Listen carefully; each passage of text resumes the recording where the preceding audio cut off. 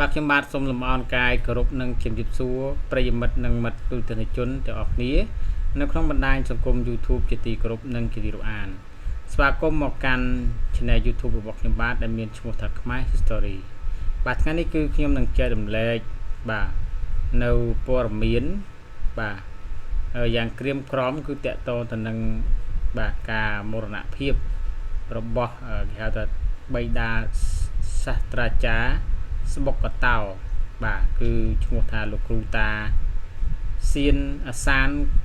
គឹមសៀនបាទអញ្ចឹងលោកគ្រូស្បុកកតោសានគឹមសៀនត្រូវបានបាទលាចាក់លោកហើយបាទអញ្ចឹងគឺសូមចូលរួមរំលែកទុកយ៉ាងក្រៀមក្រំហើយក៏ចូលរួមសោកស្ដាយចំពោះការបាត់បង់សាស្ត្រាចារ្យស្បុកកតោលោកតាសានគឹមសៀនផងដែរបាទអញ្ចឹងមានន័យថាយើងបានបាត់បង់បាទអ្នកប្រាជ្ញឬក៏អ្នកចេះដឹងបាទម្នាក់ទៀតដែលមានតម្លៃហើយបាទអញ្ចឹងតារាក្បាច់គុណនាងសំថារតនិងពេជ្រចរណៃបានសម្ដែងក្តីក្តុកក្តួលយ៉ាងខ្លាំងនិងស្ទើរទទួលយកបានបន្ទាប់ពីទទួលដំណឹងអំពីមរណភាពរបស់លោកព្រឹទ្ធាចារ្យស្បុកកតោបាទសានគឹមសៀននៅថ្ងៃទី3ខែមិថុនាឆ្នាំ2025នេះបាទធ្លាប់ជាកូនសិស្សដែលទទួលការបង្ហាត់បង្រៀនក្បាច់គុណស្បុកកតោពីលោកព្រឹទ្ធាចារ្យសានគឹមសៀនតារាស្រីទាំងពីរបានគោរពស្រឡាញ់លោកព្រឹទ្ធាចារ្យដូចជាឪពុកទី2និងបានចាត់ទុកលោកជាវីរបុរសដែលបានត្រួសត្រាយក្បាច់គុណស្បុកកតោខ្មែរឲ្យរស់ឡើងវិញតារាសម្ដែងនាងសំថារតបានបង្ហោះសំណេរលើបណ្ដាញសង្គមថាដោយពុះបេះដូងជាពីរចុកណាស់លោកគ្រូដែលខ្ញុំស្រឡាញ់គោរពដោយពុកសិស្សគុណស្បុកកតោអើយលោកគ្រូតាស្បុកកតោសានគឹមសៀនបានលាចាក់លោកជើងនេះរហូតហើយខ្ញុំព្យាយាមជិះឲ្យមកដល់ពេទ្យឲ្យទាន់គាត់តែអត់ទេគេសង្គ្រោះអស់ហើយចំណែកតារាសម្ដែងនាងពេជ្រចរណៃក៏បានបង្ហោះសំណេរខ្លីមួយលើបណ្ដាញសង្គមដែលថាកើតចាស់ឈឺស្លាប់ជារឿងធម្មតាតែហេតុអ្វីខ្ញុំពិបាកធ្វើចិត្តទទួលយកដំណឹងនេះខ្លាំងម្ល៉េះលោកគ្រូតាសានគឹមសៀនវីរបុរសស្បុកក្បាច់គុណស្បុកកតោបាទតារារូបនេះធ្លាប់បានគូសបញ្ជាក់ថាលោកព្រឹទ្ធាចារ្យសានគឹមសៀនគឺជាអ្នកដែលធ្វើឲ្យក្បាច់គុណស្បុកកតោខ្មែររស់ឡើងវិញលោកគ្រូតាព្រឹទ្ធាចារ្យក្រមាមាសសានគឹមសៀន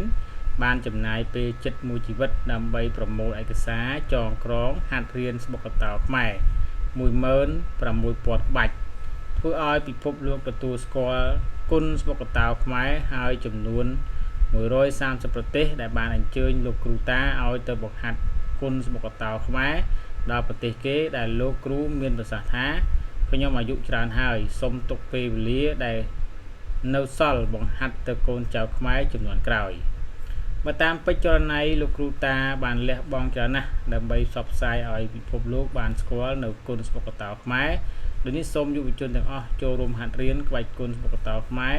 ក្នុងនាមជាអ្នកបន្តវេនមរតកក្បាច់គុណស្បុកកតោខ្មែរដែលដូនតាបានបន្សល់ទុកជាង2000ឆ្នាំមកនេះ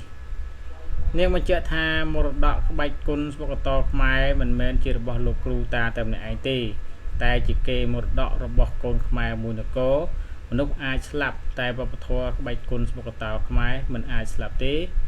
បើនៅតែមានកូនខ្មែរហាត់រៀនបន្តបាទតែមិននឹងមិត្តទូទស្សនិកជនជាទីគោរពនិងជាទីរាប់អានបាទដោយ